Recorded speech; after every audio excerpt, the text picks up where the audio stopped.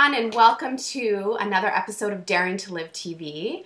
I am here with the absolutely brilliant Amber Ludwig of Insightful Development, No Guts, No Glory. I'm really excited to have her on here. For any of you who are entrepreneurs, you're absolutely going to want to check out her website. She has got some great information on there on how to build your online platform, which for me is something that I am not all that awesome at. So having Amber in my life has been really fantastic. So Amber, thank you so much for taking the time to chat with us today. No, I'm so excited. Thanks for having me. Great. So let's start off with the first question. Your company name, NG Enterprises, it stands for No Guts, No Glory. Tell me a bit about what that phrase means to you and how the philosophy helps your clients to get the message out to the world. Well, you know, it was pretty crazy when I was coming up with my company name, and you want something smart and memorable and exciting, and it just came to me. It was a phrase that my mom used to say all the time when I was growing up, actually. And, you know, my mom is really a fearless type warrior, you know, entrepreneur. She's fantastic, and I really idolize her. And I'm so grateful that she taught me to have that confidence and to lead fearlessly. And I really wanted my clients to learn that same message. And it's really interesting because the hot buzzword on social media this year, I don't know if you've noticed, but it's live fearlessly. And it's really, I know, it's so exciting because your whole event is based around that, but it really is the buzzword. Everybody is wondering how they can overcome fear and how they can, you know, instill that even in their business. And it is really important in your business because it is scary running a business and growing it, and you're constantly faced with new challenges. And so I thought, you know, if I can just have people continue to remember no guts, no glory, you really have to just push through to see that glory. And that's what it was really all about. I love that because it really is truly for me when I explain to people what fearlessness means to me in my life.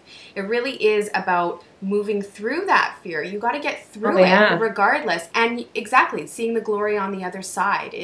You know, me and my girlfriend were having a conversation about it on Saturday night actually. And it was like, you know, you have to push through, but on the other side of that, the clarity that you get, it's refreshing. It's, you know, it's unbelievable what it can do to your life. And you think, oh, it really isn't that bad. So I know. That's really... You always end up thinking that, like, why did I just put myself through all of that stress and fear? This was like not even that bad. But it is hard. It's really scary exposing ourselves. And, you know, we all want to be liked and well received. So, you know, it is. It's something that will always be there. But there are ways to maneuver around it, I think. Well, I definitely love it. So my hat's off to you on your company name. And when you were in high school, you started down a bit of a dark road. So I want to hear a little bit about this and when the moment was that you realized you needed to make some changes. I did. I had a very challenging time, and it's interesting looking back on that now, having it be a thing of the past. But you know, I can't even say there was any one event that really kicked it off for me. But yeah, I all of a sudden went through this really negative, depressing spiral. And I think that ultimately what it was is I was just trying to figure out who I wanted to be and how I wanted to show up in the world. And so I really put myself through the ringer and tested the boundaries of relationships and communication, and, you know, didn't get the best grades at first to see what people would think, how would they react, you know. And I was just having a really tough time. And it just, you know, I won't go into lots of details, but I started making some really not great decisions for my life and had some scary moments. And I had a rock bottom moment where I was just hanging out with the wrong crowd, doing the wrong things. And I remember it was this dark, scary moment in my life, just thinking, is this my life? Like, is this the way it's going to be? And I thought, screw that, man. I don't want this to be my life. And I was 16. I mean, I was young. And all of a sudden, once I realized this is not what I wanted, I slowly dug myself out of the hole. I stopped lying to my parents and started rebuilding that relationship. I started improving my grades in school. I graduated with honors. And I just, ever since, I have just been on this mission to make my life as amazing as possible. And I know that I have to constantly improve myself in the meantime, and I just take it on. No guts, no glory. I mean, it totally applies to my life, but yeah, it did start out in a scary way. And I think that we have to experience those rock bottom moments to really, that's what growth is all about. I mean, if I hadn't gone through that, I wouldn't be able to be nearly as grateful for who I am today and how I show up in the world. You know, it's that contrast. It's really important. Yeah, it's hugely important. And how I look at my life, I guess, is that there are lots of moments throughout the course of my whole life that I've had sort of rock bottom moments. They may not have been, they don't entirely always look the same. They may not be what that definition of rock bottom looks like, but it's that voice that will come to me all of a sudden and say, you need to make some changes. Or, you know, you're ready for more. You know, you're ready to take on, you're ready to take it to the next level, or, you know, to make that step that you need to make, you know. And so it's really interesting when I hear people talk about their rock bottoms, because I think sometimes everyone has it like, you know, that you're down and out, and that might be the case. You might be down and out, but I really think it's more of a sense that you know that there is more for your life than what currently is. So yeah, definitely. I'll agree with that. And definitely that you recognize that at such a young age. I mean, that is something to definitely celebrate, because I think a lot of people aren't aware enough at that age to be able to recognize that. So that's awesome. Thank you. How were you able to stick with the changes when you were 16? Because I would imagine that there was a constant influx of those bad, you know, scenarios still out there sort of pulling at you. You know, how were you able to stick with it? Well, I will say that I think when we truly decide we're done with something, it becomes really easy. When I was 16, I was truly done with that. And so it didn't seem difficult. I didn't feel a lot of resistance to overcome those obstacles. I mean, it was just, I'm not going to hang out with those people anymore, and I'm not going to, you know, not care about school anymore. I'm going to make an effort. And that's just what I did. But I can also think of times when I wanted to overcome a habit even, and it was really hard no matter what. I couldn't just stick with it, you know.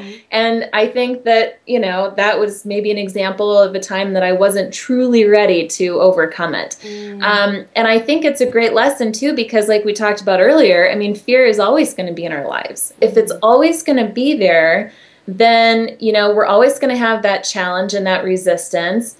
And I think that learning a way to overcome that is really important. And I'll give you a quick example. For me, what I do anytime I feel all of this doubt coming up, like, oh, I'm going to suck at this, or nobody cares, my idea is bad, whatever it is, I recognize now that that's my inner critic popping up to say hello and distract me and try to get in my way. And I literally almost picture it like a person sitting next to me dancing, trying to distract me. And now I have this separation from that doubt, and I just look at it as just some other obstacle in my way, and I just move right around it, because I know on the other side, once I accomplish that task, I won't feel afraid anymore. And my inner critic will be long gone. And so I will probably always feel fear or doubt in my life, but you know, I think that you just recognize it and move forward anyway. I guess that's how you stick with it. At least that's what I do. Put a name on it. And I love, you call it inner critic. I have inner mean girls. There's a couple of them in there. They're like a posse of these girls that will come at me sometimes, you know, calling me all sorts of names. And it's funny because I also will go through that sometimes when I recognize them, to say, nope, you know, that's great. Thanks for bringing that to the table, but I'm going to stick over here. So that's awesome. And I know whenever I think of a goal that I want to accomplish, or not even necessarily a goal, but just that the changes I want to make, it's very true that you have to be completely ready. There's been times I've tried to give up sugar thinking this is the last time I'm ever going to eat sugar. And sure enough, you know, 2 days later, I'm popping something chocolatey in my mouth. So clearly I'm not really ready to give up sugar. It's just one of those things that is. So well, and I think too, if you really look at the reward, what's on the other side of it, you know, that's helped me overcome all sorts of different fears. really visualizing what it's going to feel like on the other side once I accomplish this. And once I feel it in my bones and my soul, and I know it's possible, it's 10 times easier, you know. But I'm with you on the chocolate thing. I need it most days. Me too. So, Amber, I know your passion is to help authors, speakers, and entrepreneurs to build their online business. But you've also shared how you have a passion to help teens with overcoming their obstacles. Tell me a bit about how you got started with that, and how did you end up reaching out? Well, I discovered my limiting belief when I was 22 years old, my greatest limiting belief, and I discovered it at a Tony Robbins seminar that changed my life forever. And my limiting belief, like many others, is that I'm not good enough. That's but that too. was that was really new to me. I mean, I was really new in the world of personal development, and so that came to like the ultimate shock, and everything just made sense. The stars aligned. And at the end of that event, I just really thought about how many teens must be going through the same experience. They all do. Come on. They're all trying to figure out how to show up in the world. And so actually at the end of that event, I started writing a book, and I called it A Teen's Journey from Lost to Found. And it was all about my story of literally going from lost to found. And I found myself at that Tony Robbins event. And I had every intention of publishing that book. It's ready to go, but it's not published yet because I'm not ready to show it to the world just yet. I did take a slight detour because I fell into the online world, and I started working with all of these people, entrepreneurs around the world, that just had this burning message they had to get out to the world, but they had no clue how to do it, right? And I'm a tech girl, I've discovered, and so I started building websites and doing coaching and social media, and I'm pretty good at it, I found out, which is really great. And I started helping all these people, and I thought, well, how cool is that if I help them get their message out? Now they're impacting the world in a bigger way. So, I mean, imagine the impact that I'm having by teaching them how to get their message out, you know? So my business and my company, it's a huge turn on. I'm so excited. I'm very passionate about it. But I will say that in probably the next 5 years, I'm going to transition over to back to the teens. And I already have a whole game plan in place, and I have another book that I'm going to write piggybacking off of the first one that I will publish. And I ultimately want to open up a nonprofit to help teens learn entrepreneurship and communication and all about relationships. And I really think that that's going to be the second leg of my journey in my career. But I have to say, for now, I'm more than fulfilled with what I do now as well. So I'm going to do both. That's awesome. And I love how you sort of, it really resonates with me to say that, just by helping them, the ripple effect that it will have in this world and who it can touch and change. And that is absolutely to the core of what I wanted to do with this blog and with my life and this business. It just one person, if they can just see their world differently, the impact that has on so many other people is really, truly rewarding. So I'm so with you on that. It touches me so deeply every day. Like, I see living proof of it every single day. And it's completely overwhelming in such a good way. I mean, what a gift. It's really nice. Well, thank you so much, Amber, for spending this time with us and for chatting a little bit about your story. You can find out a little bit more about Amber's story, because I know she goes into some more detail on her website, insightfuldevelopment.com. I'll put it up at the bottom as well. Reach out to her. If you're a business and need help, my goodness, I know that I have gone through for the last 2 years my blog, trying to figure out how to do this and that and Googling things, and, she's a wealth of knowledge. I know that most likely we will be working together in the near future. So, reach out to her, say hello. Thank you. We all cannot wait until your book comes out. You will have to let us know when that is, and I'll be the first in line.